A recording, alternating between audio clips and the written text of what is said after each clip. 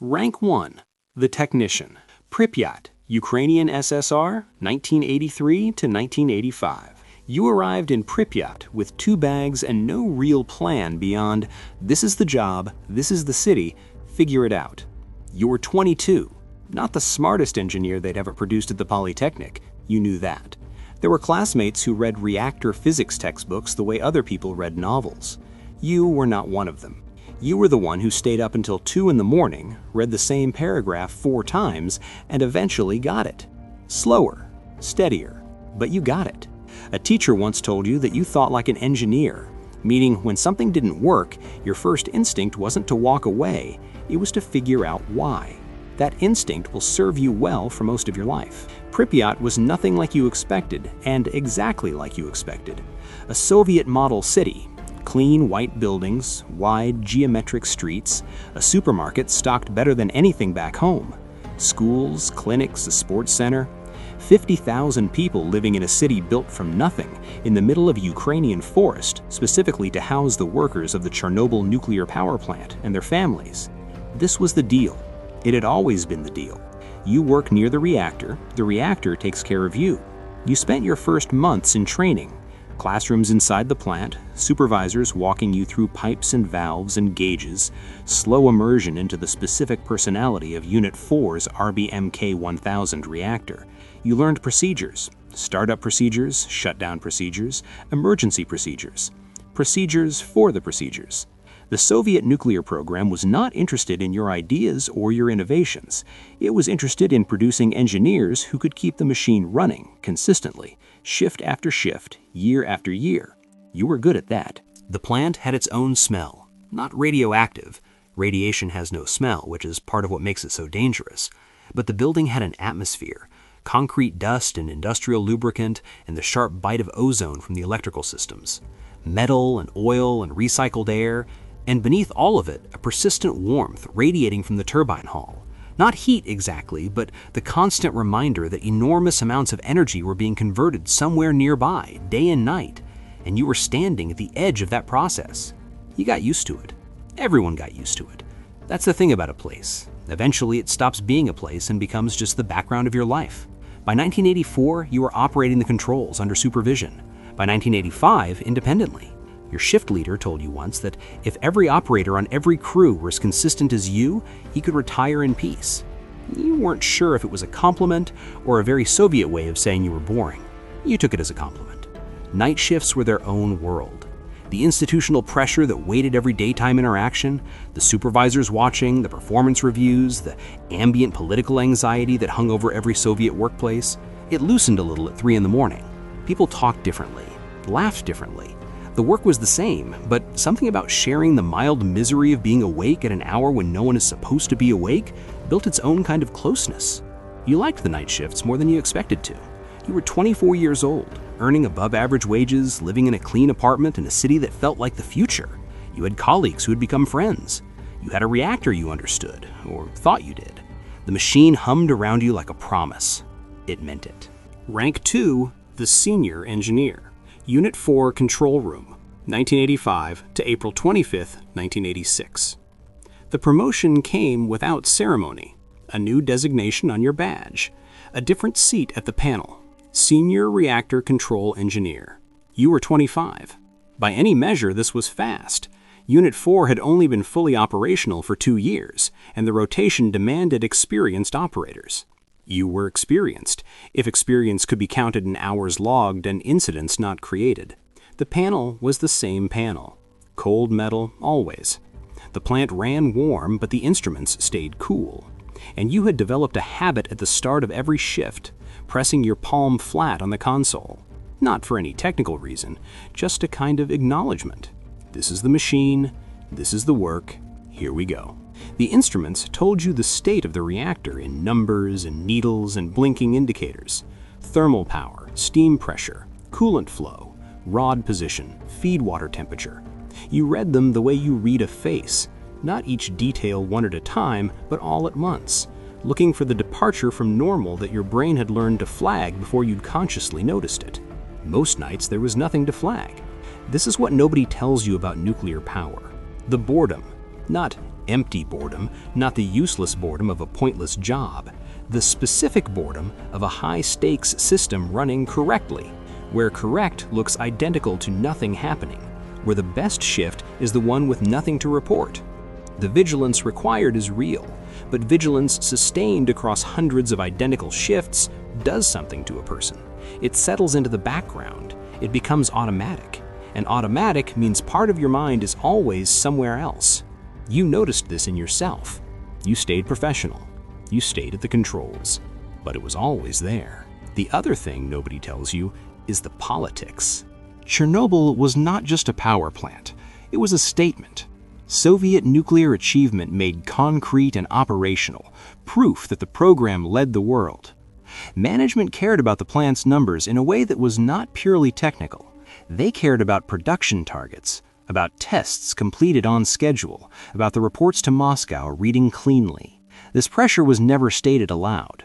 It didn't need to be. It lived in the culture of the place, in the way concerns were received, in the careers of men who had been promoted by never slowing things down. Your deputy chief engineer was one of those men.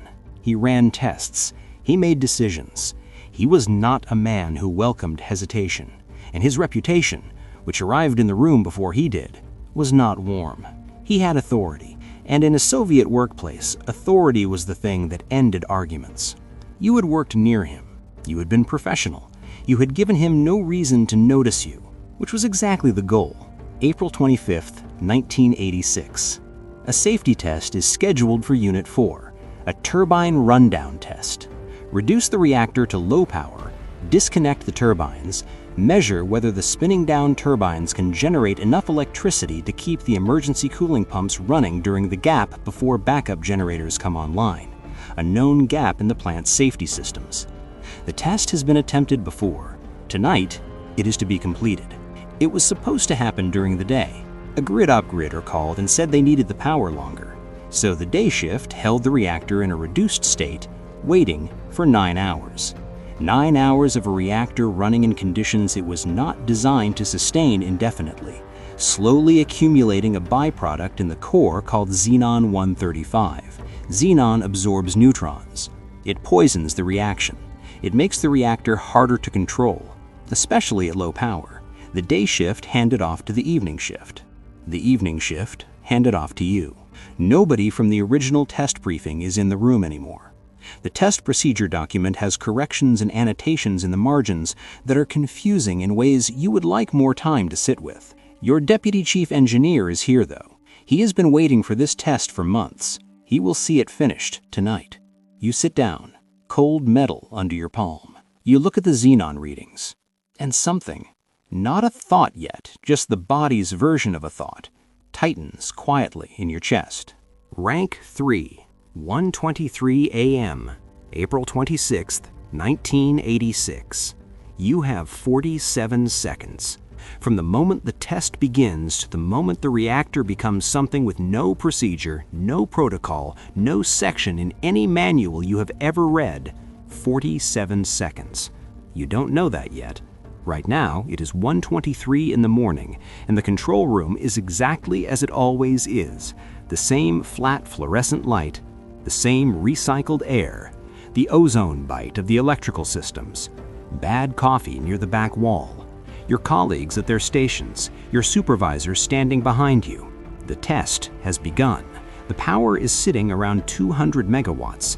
The test specification requires between 700 and 1600. You are well below that. When the power crashed earlier, xenon smothering the reaction, you pulled rods to bring it back.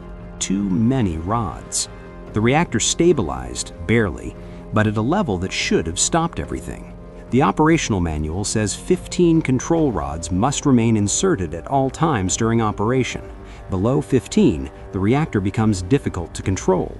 The self-stabilizing feedback mechanisms begin to break down. You have 8. Everyone in this room knows this. The rule is written down. The numbers on the panel are not ambiguous. But the test will proceed.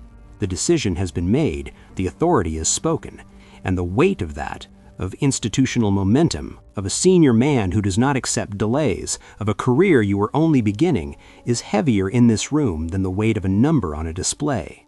This is the thing they do not teach you. They teach the procedures, they teach the physics. They do not teach you how to say stop to a man like your supervisor at 1 in the morning when the entire chain of command wants this finished tonight. At 1:23 and 4 seconds, the turbine generator is disconnected from the reactor. The turbines begin to spin down. The coolant pumps they were driving begin to slow. Flow through the reactor drops, and in the cooling channels, the water starts to boil earlier than it should. Steam bubbles form. In the RBMK reactor, steam is more dangerous than water. Water absorbs neutrons and slows the reaction. Steam doesn't. Steam lets more neutrons run free. More neutrons mean more fission. More fission means more heat. More heat means more steam. More steam means more neutrons. The loop accelerates. This is called a positive void coefficient. It means the reactor, under certain conditions, accelerates its own reaction instead of self-correcting. Almost every other reactor design in the world does the opposite. This flaw was known. It was documented. The document was classified, distributed to 4 facilities in the Soviet Union. Chernobyl was not one of them.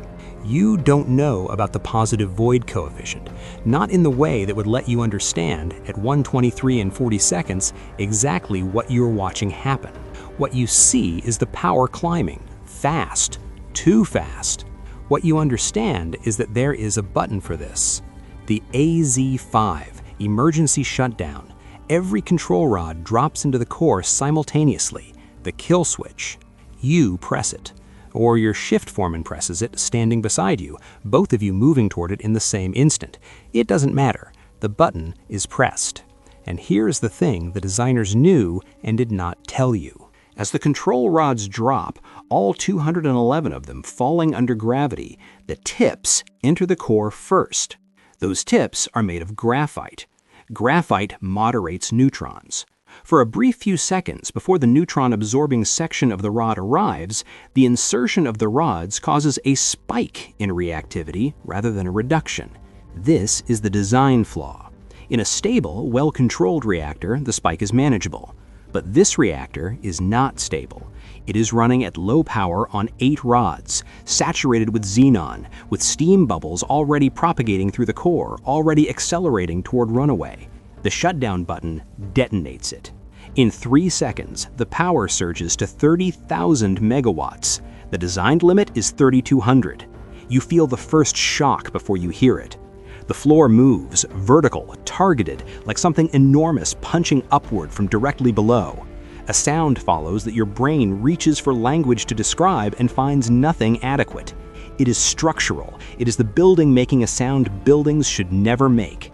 Then the second one, the one that opens the reactor to the sky. Lights die and come back. Ceiling tiles fall. Dust everywhere. Instruments dark. Someone has knocked over a chair. Someone is shouting, or everyone is shouting. Impossible to separate in the ringing silence that has replaced your hearing. You look at the panel. Half the instruments are blank. The rest are reading values that fall outside the range they were built to measure. The sensors reporting on the core are gone, not malfunctioning, gone. The part of the building they were in is gone. Your supervisor is talking. He is saying the explosions were the emergency tanks. He is saying the reactor is intact. He is saying this is manageable. You need to get water to the core, restore cooling, work the problem. You look at the dust still settling. You look at him. There is a moment, a specific, countable moment, where the words are right there, where 2.5 years of working this machine have assembled the evidence into a conclusion your body already knows, where you almost say it out loud. The core is open. You don't say it. Nobody says it, because saying it means accepting it, and accepting it means what? There is no procedure for an open reactor core. There is no section in the manual for this. The institution that trained you, the system that built you into the engineer you are, has no answer for the thing that is now sitting exposed to the night sky 30 meters away from where you are standing. Your supervisor sends you and your shift form into the reactor hall. Check the feed water valves. Get water to the core. Do something. You go, because that is what you do. Because the instinct that brought you here, the one that says when something is broken you stay and figure it out, does not have an exception for this. The corridor outside is wrong. The geometry is off in a way you cannot immediately explain. Walls shifted in ways that register as profound wrongness. The body's navigation system quietly reporting that this space has changed in ways that space should not change. Debris on the floor, concrete chunks, pieces of things you cannot identify in the dark and the dust. And graphite, heavy gray chunks of it, scattered across the floor like it was dropped from above. Graphite from inside the core. The core is housed 7 meters below the surface of the reactor building. Graphite only gets into this corridor one way, blown out through an opening that should not exist. You step over a piece of it. You keep walking. Your dosimeter, clipped to your chest, the personal monitor that is supposed to tell you what you're absorbing, clicks fast, then faster, then maxes out at its upper range limit and stops giving you information. It was not built to measure what is in this corridor. Its useful life in this hallway is approximately 30 seconds. You feel nothing. That is the horror of it. You are absorbing a dose of radiation that is systematically destroying your body at the cellular level, and your nervous system is reporting nothing. Tired, maybe. The sharp focus of emergency response. But the radiation moves through you without asking permission and without leaving any signal you can perceive. You reach the valve area, you work the problem, you do your job, because that is what you do. You make your way back. Somewhere in the next hour, you begin to vomit. The nausea comes fast and absolute. You vomit and feel briefly better, and then feel it building again. Some of the other men are sick too. People are saying stress, smoke inhalation, shock. The mind reaching for the ordinary explanation because the ordinary explanation is survivable. You know somewhere below where you're willing to think clearly that it is not those things. But you keep working until the buses come, until someone takes your arm and tells you it's time to go to the medical station. You leave the building. The sky above Pripyat has turned a color that sky should not be. The open reactor is producing an aurora of ionized air, purplish, blue-white, almost beautiful in the specific way that the most dangerous things sometimes are. Firefighters are on the roof. They arrive from the city without full information, without proper dosimetry, walking across graphite they were never told to avoid. You get on the bus, you do not look back. Rank 4, The End. Hospital number 6, Moscow. April 27th, May 14th, 1986. They take your clothes at the medical station in Pripyat. Not gently, efficiently, the way you handle contaminated material. They bag it and seal it and set it aside, and something about the precision of that motion, more than anything else, tells you what category you are now in. You are on a plane to Moscow by morning, a specialist hospital, the Soviet clinic for radiation medicine, the only one equipped for what is happening to your body. The doctors are professional and present, and they do not show you what they write on your chart. Standard practice, the patient as data point. You have grown up inside this system. Normally, it doesn't register. Tonight, it frightens you in a specific, quiet way. The first few days are strange. There is a phase, the latent phase, the doctors have a name for everything, where the body settles. The acute symptoms recede. You feel almost normal. You eat, you sleep more than you have slept in years. The men in the surrounding beds are from the plant, some of them. Faces from the cafeteria, from the shift handovers, from the night culture of the corridors. Nobody talks much about what happened. Everyone is waiting to see what their body does next. You are running the numbers in your own head. You are an engineer. You understand systems. You understand that structural damage is not always immediately visible, that something can be broken in ways that haven't yet expressed themselves, that the most critical failures are sometimes the ones that feel like nothing at all. The numbers are not good. Your bone marrow is done. This is the central fact of what the corridor did to you. The radiation you absorbed destroyed the cells responsible for manufacturing blood. Red cells that carry oxygen, white cells that hold infection at bay, platelets that seal wounds. The factory was hit directly, every machine on every floor. The transplants they attempt are the best that 1986 has to offer. They are not enough. The damage is too total, too complete. The transplanted cells cannot take hold in tissue already compromised beyond the point of recovery. The latent phase ends. Your skin begins to fail, not all at once, in patches, incrementally, a slow surrender that is somehow more disturbing than any sudden catastrophic symptom. The outer layers separate from the tissue beneath, blisters form and rupture. With no immune system left to hold the line, infections arrive and stay. Bacteria that a healthy body would clear in hours make themselves permanent. The doctors do not pretend past a certain point that the treatments are doing more than they are doing. You respect this. You've always preferred accurate information to comfortable fiction, even when the accurate information is the kind you would give almost anything not to be hearing. You think about Pripyat. The city is empty. They evacuated it the day after. 50,000 people, 3 hours to pack, buses and a radio announcement that said, "This is temporary, take only what you need for a few days." Most people took only what they needed for a few days. The apartments still have dishes in the rack, books on shelves, toys on the floor. The Ferris wheel in the new amusement park, built for the May Day celebrations that were supposed to happen next week, opened briefly during the evacuation and never ran again. Nobody's going back.